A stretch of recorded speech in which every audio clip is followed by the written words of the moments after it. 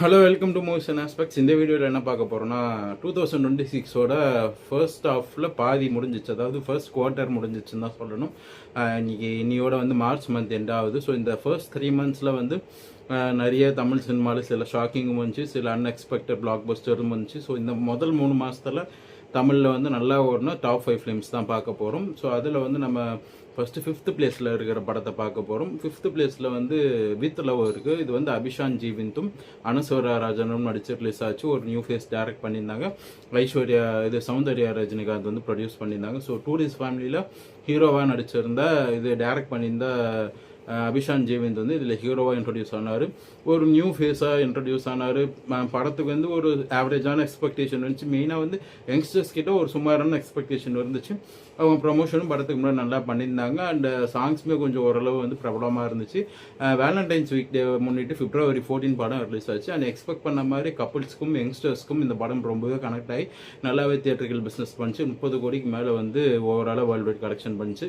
So வந்து with love வந்து 5th பிளேஸில் இருக்குது. அண்ட் 4th பிளேஸில் என்ன படம் இருக்குன்னா ஜீவாவோட தலைவர் தம்பி தலைமையில் இருக்குது. இது வந்து யாருமே எதிர்பார்க்காத ஒரு பிளாக் பஸ்டர்னு தான் சொல்லணும். ஜீவாவுக்கு ரொம்ப வருஷம் கழிச்சு அவருக்கு ஒரு தியேட்டரிக்கல் பிளாக் பஸ்டர் அவரே எதிர்பார்த்திருக்க மாட்டார்.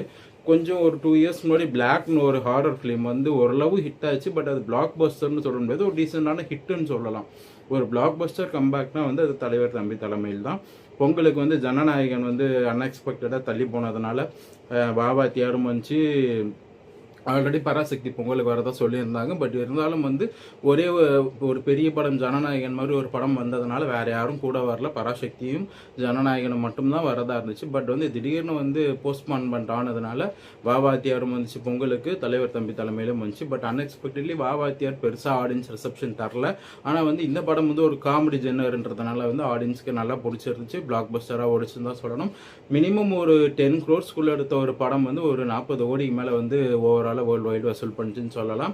அண்ட் இது வந்து ஒரு ஜீவாவுக்கு ஒரு பெரிய ஒரு இது திருப்தியை கொடுத்துருக்குன்னு சொல்லலாம். ஏன்னா ரொம்ப நாளாக வந்து ஒரு பிளாக் பஸ்டர் இயங்கிட்டு இருந்தவருக்கு இது ஒரு, ஆனால் இதே படம் வந்து நார்மலான ஒரு டைமில் வந்து தான் இந்தளவு சக்ஸஸ் ஆகிருக்குமான்றது டவுட்டு தான். ஏன்னா வந்து பொங்கல் ஹாலிடேஸ் ஒரு 10 days லாங் ஹாலிடேஸில் வந்ததுனால இந்த அளவு வசூல் பண்ணிச்சுன்னு தான் நான் நினைக்கிறேன். ஏன்னா எனக்கு பர்சனலாக வந்து படம் வந்து ஆவரேஜாக தான் இருந்துச்சு. ஓரளவு பார்க்கலாம் அப்படின்னு தான். நிறைய இடத்துல காமெடி வந்து லைட்டாக தான் இருந்துச்சு. காமெடி அங்கங்கே வந்து சிரிக்க வைக்கிற மாதிரிலாம் இல்லை. நிறைய செகண்ட் ஹாஃப்ல வந்து கொஞ்சம் சீரியஸ் நோட்லேயே தான் போகும். எனக்கு வந்து ஒரு காமெடி ஃபிலிமாக ஒரு இது எனக்கு வந்து ஃபுல்ஃபில்மெண்ட் பண்ணலை. ஒருவேளை இதுவே வந்து அந்த பொங்கல் ஹாலிடேக்கு வராமல் வேறு எப்பயாச்சும் வந்திருந்தா ஒரு 10 கோடி இல்லை 15 கோடி தாண்டி இருக்குமான்னு கூட தெரில. பட் வந்து இது வந்து ஒரு லக்குன்னு தான் சொல்லணும். அந்த ஸ்லாட்டை வந்து இவங்க கரெக்டாக டக்குன்னு பிடிச்சதுனால இந்த அதிர்ஷ்டம் அடிச்சிச்சுன்னு தான் சொல்லணும். ஸோ 4th பிளேஸில் வந்து தலைவர் தம்பி தலைமையில் இருக்குது. அண்ட் 3rd பிளேஸில் வந்து இப்போ ரீசன்ட் சென்சேஷனாக கென் கருணாஸோட யூத் ஃபிலிம் இருக்குது. இந்த படமுமே வந்து ஒரு 5 கோடி பட்ஜெட்டில் எடுத்த படம் தான். ஆனால் இந்த படத்துக்கு வந்து சாங்ஸ் நல்லா ஜிவி பிரகாஷ் போட்டது. இந்த முட்டை கலைக்கு சாங்லாம் வந்து நல்ல ட்ரெண்டாக இருந்துச்சு சோஷியல் மீடியாவில், இன்ஸ்டாகிராமில் நிறைய பிரபலங்களே அதுக்கு, அதாவது கென்னை விட பெரிய பெரிய ஆளுங்களாமே அதுக்கு ரீல்ஸ் போடுற அளவு அந்தளவு ஒரு ட்ரெண்டியான சாங் அது ஹிட் ஆச்சு. அண்ட் வந்து படத்துக்கு ரிலீஸ்க்கு முன்னாடி நல்லா ப்ரொமோஷனும் பண்ணாங்க. ஸோ ஓவராலாகவே வந்து படத்துக்கு ஒரு நல்ல ஒரு எக்ஸ்பெக்டேஷன் இருந்துச்சுன்னு தான் சொல்லணும். அந்த எக்ஸ்பெக்டேஷனை ப்ரொடக்ஷன் கம்பெனி நல்லா ப்ரொமோஷன்ஸ் பண்ணி கிரியேட் பண்ணி வச்சுருந்தாங்க. அண்ட் அது படமும் வந்து அதுக்கேற்ற மாதிரி ஓரளவு ஃபேமிலியோட பார்த்து என்ஜாய் பண்ணுற அளவு காலேஜ் ஸ்டூடெண்ட்ஸும் அந்த சின்ன வயசு ஆளுங்களுக்கும் பிடிக்கிற மாதிரி, அதே சமயம் செகண்ட் ஹாஃப் ஃபுல்லாக எமோஷனல் இதெல்லாம் பெரியவங்களுக்கும் பிடிக்கிற மாதிரி நல்ல ஒரு ஃபேமிலி என்டர்டெய்னராக இருந்ததுனால படம் நல்லா படைய கலப்பிச்சுன்னு தான் சொல்லணும். அண்ட் ஃபர்ஸ்ட் நாளே வந்து ஒரு 3-4 கோடி ஓப்பனிங் கிடச்சது யாரும் எதிர்பார்க்கல. ஏன்னா வந்து ஒரு கென் மாதிரி அவர் வந்து இது மாதிரி வந்து அசுரனில் ஒரு சின்ன ஒரு தனுஷோட பையனாக நடிச்சிருப்பாரு.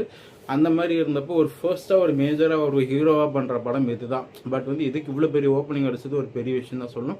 அண்ட் இந்த படம் வந்து இன்னும் நல்லா போயிட்டு தான் இருக்கு. ஏன்னா வந்து இப்போ மார்ச் மந்த் தான் இது ரிலீஸே ஆச்சு. அண்ட் இப்போவுமே வந்து ஒரு 50 crores ஆல்ரெடி கிராஸ் ஆகி இப்போ மூவி வந்து போஸ்டர்லாம் ரிலீஸ் பண்ணாங்க 50 கோடி தாண்டிடுச்சுன்னு. அண்ட் இது வந்து 3rd பிளேஸில் இருக்குது. அண்ட் இது வந்து ஒரு 60-70 கோடி கிட்ட கூட போகலாம். ஏன்னா ஆந்திராவில் இந்த வாரம் தான் ரிலீஸ் பண்ணியிருக்காங்க. அங்கே ரிசப்ஷன் எப்படி இருக்குன்னு தெரில. அங்கேயும் கிளிக் ஆச்சுன்னா கண்டிப்பாக 70 கூட போகும். இப்போதைக்கு வந்து 3rd பிளேஸில் யூத் இருக்குது. அண்ட் 2nd பிளேஸில் வந்து இன்னொரு சின்ன பட்ஜெட்டில் எடுத்த இன்னொரு பிளாக் பஸ்டர் படம் தான் சொல்லணும், தாய் கிழவி. இது வந்து ராதிகா மேம் நடிச்சு ரிலீஸ் ஆன படம். இந்த படம் வந்து இதே மாதிரி தான் ஒரு நல்ல ப்ரொமோஷனோட ரிலீஸ் ஆன ஒரு சின்ன பட்ஜெட் படம். கிட்டத்தட்ட யூத்துக்கு எப்படி ஒரு ஃபார்முலாவோ அதே ஃபார்முலா தான். அண்ட் இதுக்கு வந்து பெருசாக வந்து இதெல்லாம் கிடையாது, ஒரு சென்சேஷனான ஒரு சாங்லாம் இல்லை. அந்த படத்துக்கு உண்டான அந்த ப்ரொமோஷன்ஸ்லாம் நல்லா இன்ட்ரெஸ்டிங்காக பண்ணியிருந்தாங்க. அண்ட் ராதிகா மேமோட கெட்டப்லாம் நிறைய பேருக்கு ஒரு கியூரியாசிட்டியை கொடுத்துச்சு. ஸோ அதன் மூலியமாக வந்துச்சு. அண்ட் காமெடி வந்து படத்தில் நல்லா ஒர்க் அவுட் ஆகி பிசி சென்டர்லாம் வந்து நல்லாவே ரொம்ப நாள் கழிச்சு தேட்டர் ஹவுஸ்ஃபுல்லாக போகிறதுக்கு ஒரு முக்கியமான ரீசனாக தாய் கிழவி இருந்துச்சு. இது வந்து ஒரு 80 crores மேலே பண்ணியிருக்குங்க. இது வந்து ஒரு உமன் சென்ட்ரிக், அதுவும் வந்து இப்போ இருக்கிற இப்போ லேட்டஸ்ட்டாக நயன்தாரா, அனுஷ்கா அவங்கெல்லாம் வந்து உமன் சென்ட்ரிக் படம், இந்த அருந்ததி, கோலமாகோ எல்லாம் நடிச்சு அந்த மாதிரி பீக்கில் இருக்கிற ஒரு ஹீரோயின் நடிச்சதில் ஒரு கேரக்டர் ஆர்டிஸ்டாக நடிக்கக்கூடிய ராதிகா மேம் நடிச்சிருந்தாலும் இவ்வளோ வசூல் பண்ணது வந்து ஒரு பெரிய விஷயம் தான் சொல்லுவோம். அண்ட் அவங்களுமே அந்த படத்தில் வந்து மிஞ்சி போனால் ஒரு 20 to 25 minutes தான் வருவாங்க. நிறைய சீனில் வந்து அவங்களுமே ஹாஸ்பிட்டலில் தான் இருக்கிற மாதிரி இருக்கும். பட் காமெடி மற்ற இடத்துலலாம் சூப்பராக கிளிக் ஆனது. சிங்கப்புலி ஆகட்டும், பாலசரவணன் ஆகட்டும், அவங்க எல்லாம் பண்ண அந்த காமெடிஸ்லாம் நல்லா கிளிக் ஆனதுனால படம் வந்து சூப்பராக போச்சு. எஸ்பெஷலி வந்து ரூரல் ஏரியாஸில் பட்டே கலப்புச்சுன்னு தான் சொல்லணும். 80 கோடிக்கு மேலே வசூல் பண்ணி செகண்ட் பிளேஸில் வந்து தாய் கிழவி இருக்குது. அண்ட் ஃபைனலாக ஃபர்ஸ்ட் பிளேஸில் பராசக்தி இருக்குது. சிவகார்த்திகேயன் சார் நடிச்சிருக்காரு. இது வந்து ஃபர்ஸ்ட் பிளேஸில் இருந்தாலும் இது வந்து அதுக்கான இந்த படம் வந்து ரொம்ப கம்மியாக தான் வசூல் பண்ணிச்சுன்னு சொல்லலாம். ஏன்னா வந்து எதிர்பார்த்த வசூல் வந்து பண்ணலை. வேறு எதுவும் பெரிய ஹீரோஸ் படம் வராததுனால இப்போ இது பராசக்தி ஃபர்ஸ்ட் பிளேஸில் இருக்குன்னு தான் சொல்லணும். ஏன்னா வந்து அவரோட அமரன் மூவிலாம் வந்து கிட்டத்தட்ட ஒரு 300 crores கிட்ட பண்ணுச்சு. அண்ட் தமிழ்நாட்டிலையுமே 150 crores மேலே பண்ணுச்சு. பட் வந்து இது அந்தளவுக்கு ஒரு கெப்பாசிட்டி இருந்தும் ஜெயம் ரவி சார் இருந்தார். அப்புறம் வந்து நிறைய வந்து கெஸ்ட் அப்பீரியன்ஸ்லாம் இருந்தாங்க. பேசுல் ஜோசப் பண்ணார், ராணா பண்ணார், ஸ்ரீலீலா பேரா பண்ணாங்க. இவ்வளோ விஷயங்கள் இருந்தும் வந்து இது வந்து கிட்டத்தட்ட கொஞ்சம் கஷ்டப்பட்டு தான் 100 கோடியை தொட்டுச்சு. அந்த ட்ரேடில் சில பேர் என்ன சொல்கிறாங்கன்னா 100 கோடி அஃபிஷியலாக போஸ்டர் வந்து படத்தோட கம்பெனி ஆளுங்க ரிலீஸ் பண்ணியிருந்தாலும் 100 கோடியை தொட்டிருக்காது. யதார்த்தத்தில் ஒரு கிட்ட தான் வந்திருக்கும், 90க்கு மேலே தான் போயிருக்கும் அப்படின்ற மாதிரிலாம் சொல்லிட்டு இருக்காங்க. பட் இருந்தாலுமே 90 தாண்டி இருந்தாலுமே வந்து ஃபர்ஸ்ட் அதாவது ஏன்னா தாய் கிழவி 80+ வரைக்கும் தான் போயிருக்கு.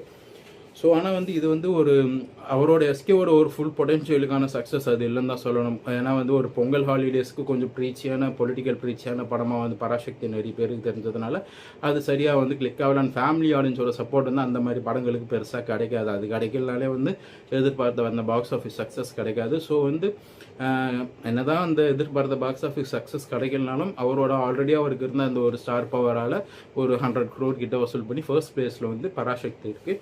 இப்போ செகண்ட் ஹாஃப் ஆஃப் அடுத்த 3 மாதங்களில் ஏப்ரல், மே, ஜூனில் அதே மாதிரி நிறைய இன்ட்ரெஸ்டிங்கான படம் வருது. பிரதீப்போட லைக் வருது இப்போ ஏப்ரல் 10க்கு. அண்ட் அதுக்கப்புறம் மே மந்த் வந்து சூர்யா சாரோட கருப்பு ரிலீஸ் ஆகிருக்கு. ரொம்ப நாளாக டேட்டு அனௌன்ஸ் பண்ணாமல் இருந்து இப்போ ஃபைனலாக அவங்க டேட் அனௌன்ஸ் பண்ணியிருக்காங்க. ஸோ வந்து இனிமேல் வரக்கூடிய படங்களில் கண்டிப்பாக பராசக்தி தாண்டக்கூடிய அளவு நிறைய படங்கள் லைனாக வந்துட்டுருக்கு. பார்ப்போம் அதெல்லாம் தாண்டு அந்த படங்களோட பாக்ஸ் ஆஃபீஸோட அந்த இதெல்லாம் வந்து எப்படின்னு நம்ம நெக்ஸ்ட் 6 monthsோட இது எண்டு முடிகிறப்ப பார்க்கலாம். இப்போதைக்கு நான் சொன்ன இந்த 5 ஃபிலிம்ஸில் வந்து உங்களுக்கு ரொம்ப பிடிச்ச ஃபிலிம் எதுன்னு கமெண்ட்டில் சொல்லுங்கள். தேங்க்ஸ். உங்களை நெக்ஸ்ட் வீடியோவில் மீட் பண்ணுறேன்.